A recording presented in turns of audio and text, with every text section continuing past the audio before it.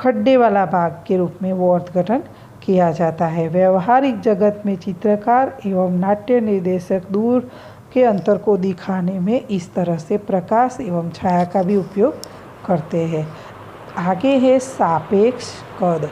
सापेक्ष कद मीन्स की सापेक्ष कद नेत्रपट जो है, नेत्रपट पर पदार्थ की प्रतिमा छोटी या बड़ी पड़ने के बाद भी पदार्थ का प्रत्यक्षीकरण परिचय एवं अनुभव के कारण हम वास्तविक रूप में ही करते हैं।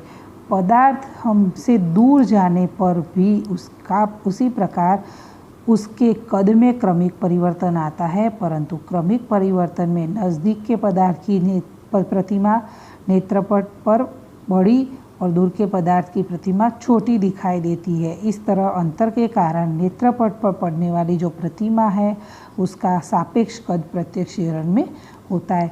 दूर की प्रतिमा क्या वाला अपने जो नज़दीक है अपने को ऐसा छोटी है, वो दूर है तो अपने को पता चल जाता है कि अपने को अंदाजा कि दूर है वो छोटा ही दिखता है और बड़ा है तो वो नज़दीक होगा, ऐसा अंदाज अपने लगाते हैं। तो वास्तविक रूप में अपने उसको अनुभव करते हैं। सपाटी की ऊंचाई एवं ढाल। ढाल अर्थात क्या? सपाटी। सपाटी में आने वाला धीमा परिवर्तन, सपाटी में आने वाला चढ़ाव या उतार दूर के संकोच प्रस्तुत करता है। सतह के नज़दीक आने पर खड्डे एवं टेकरे स्पष्ट दिखाई देते हैं, जबकि सपाटी का अंतर बढ़ने पर एक जैसी समतोल दिखाई देती है। इसीलिए गुजराती में कहावत है कि दूर की पहाड़ियाँ खूबसूरत लगती है। ये तो हिंदी में आपको बोली, पर गुजराती में एवी कहेवत है कि डूंगड़ा दूरथी रड़ियावणा। नज़दीक आने पर सतह उबड़ खाबड़ दिखाई देती है, यानी जब अपने पर्वत से दूर से पर्वत देखते हैं तो कितना अच्छा, अभी बारिश के मौसम में इतना हरियाला हरियाला मस्त पहाड़ दिखता है या दूर से अच्छा दिखता है, पर नज़दीक जाते हैं तो पता चलता है कि यह उबड़ खाबड़ है और पत्थर पे चढ़ना या ऊपर चढ़ना बहुत मुश्किल है।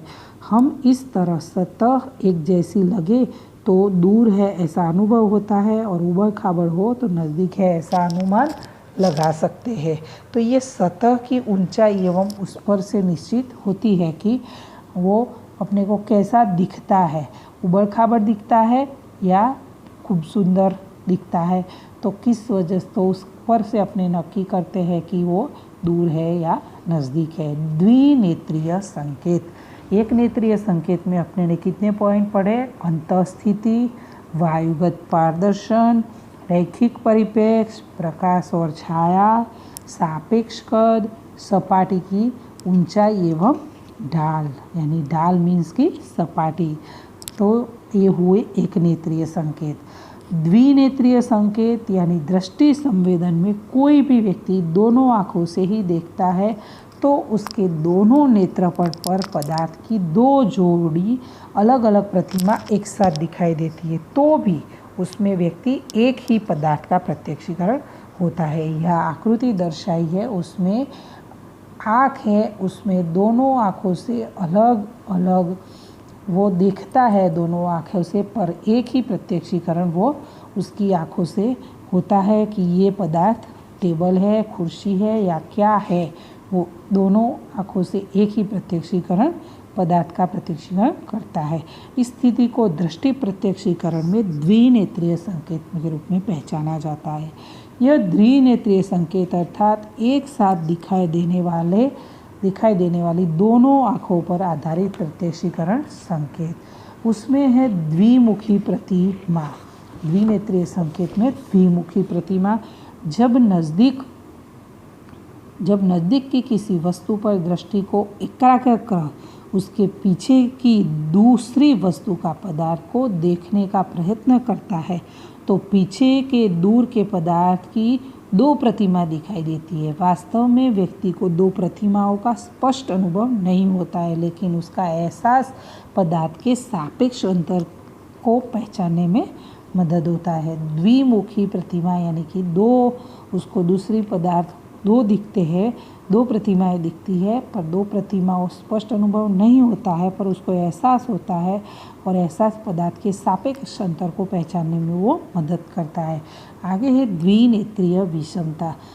दृष्टि संवेदन में कोई भी पदार्थ या उद्दीपक को पास से देखने पर दो आँख के नेत्र पर पड़ने वाला जिस किसी उद्दीपक का दृश्य एकदम समान नहीं होता है, दोनों दृश्यों में भिन्नता होती है। उसका मुख्य कारण दोनों आँख के बीच में 2-2.5 इंच का अंतर है। दोनों आँखों को नेत्रपट पर आए हुए पित्त बिंदुओं के स्थानों के बीच अंतर होता है। बाई आँख के दृष्टि क्षेत्र में आई हुई पदार्थ का बायां विस्तार थोड़ा ज़्यादा दिखाई देता है। उसी प्रकार दाहिनी आँख का विस्तार थोड़ा अधिक दिखाई देता होता है। इस स्थिति को नेत्रपटीय विषमता कहते हैं। दोनों आँखों के नेत्रपट पर दिखाई देने वाली प्रतिमा विशेष विषमता होने के बाद दोनों आँखों की प्रतिमा परस्पर मिल जाती है। हमें दोनों वस्तु अलग नहीं दिखाई देती, परंतु अंतर एवं गहराई का प्रत्यक्षीकरण स्पष्ट रूप से दिखाई देता है। तो इस तरह से पूरा बाह्य जगत के बारे में अपने ने जानकारी प्राप्त कर ली। संवेदन, ध्यान एवं प्रत्यक्षीकरण एक महत्वपूर्ण मानसिक प्रक्रिया है। आगे आपको अभी रिपीट कर दूं कि आगे भी मैंने आपको बताया था कि इस चैप्टर में से 12 नंबर के प्रश्न पूछे जाते हैं बोर्ड की एग्ज़ाम में। उसमें 5 नंबर का एक बड़ा क्वेश्चन होता है। सभी प्रश्नों में मैंने आगे आपको कहा था कि बड़े प्रश्न में ज़्यादातर ध्यान के निर्धारक वस्तुलक्षी या व्यक्तिलक्षी होते हैं। कभी कभी साथ साथ में संवेदन के प्रकार लिखकर कोई भी एक प्रकार समझाइए। स्पर्श संवेदन, गंध संवेदन आदि में से कोई भी आपको समझाने होते हैं, वो भी कभी कभी आता है। शॉर्ट क्वेश्चन में आपको मैंने बताया था कि गंध के प्रकार किसने दिए और कितने हैं। सबसे पहला संवेदन की व्याख्या। संवेदन की व्याख्या के बाद आपको संवेदक के प्रकार कितने हैं, कौन से, वो प्रश्न याद करके लिखना है। दूसरा है संवेदनाक के प्रकार कितने हैं, तो संवेदना के प्रकार 5 है।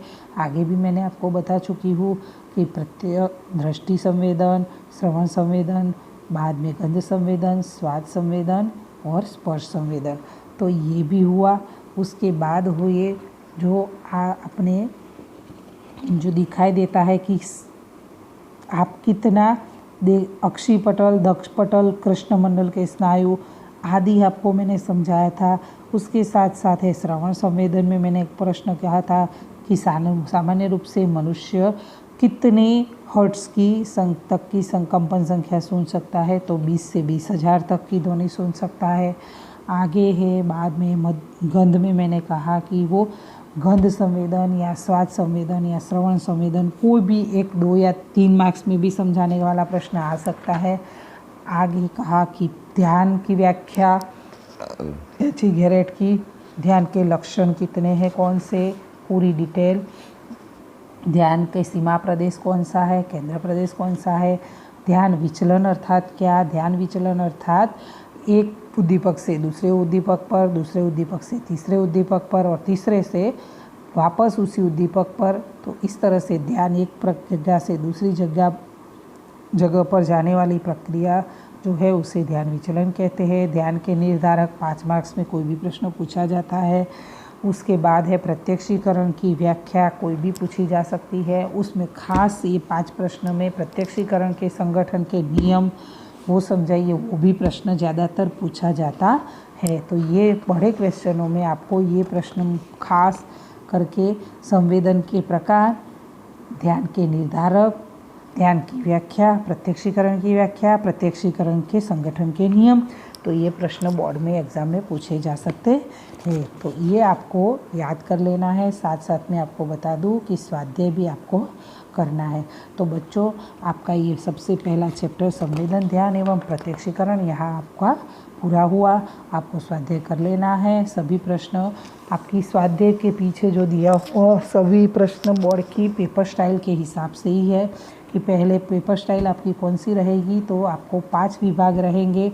5 विभाग में मैंने आपको कहा था कि सबसे पहला विकल्प वाला प्रश्न रहेगा। विकल्प में आपको पूरे 10 चैप्टर से अपने, तो 10 चैप्टर में से 10 चैप्टर्स के विकल्प रहेंगे। तो दूसरा विभाग ये रहेगा, वो भी 10 नंबर का रहेगा।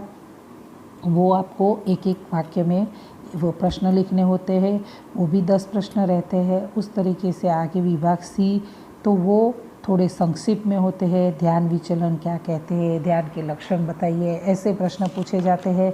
वो भी आपको प्रश्न ये लिखने हैं संक्षिप्त में, वो आपको 22 नंबर के रहते हैं।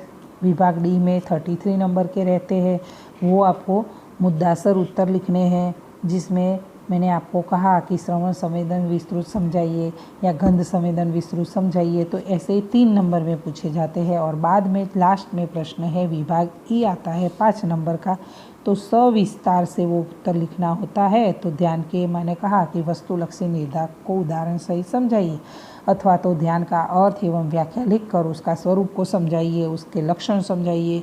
दृष्टि संवेदन की पूरी संवेदनों के प्रकार लिखकर, संवेदन की व्याख्या लिखकर दृष्टि संवेदन की जानकारी आप दीजिए। प्रत्यक्षीकरण के संगठन के नियमों को समझाइए। तो ये सभी इस तरह से 5 नंबर के प्रश्नों में पूछे जाते हैं। तो बच्चों, आप ये चैनल को सब्सक्राइब करना मत भूलना सभी। ये आप सेठ सीएल हिंदी हाई स्कूल की ये लिंक सब्सक्राइब करना चैनल को। तो आज के लिए बस इतना ही, अगले वीडियो में फिर मिलेंगे।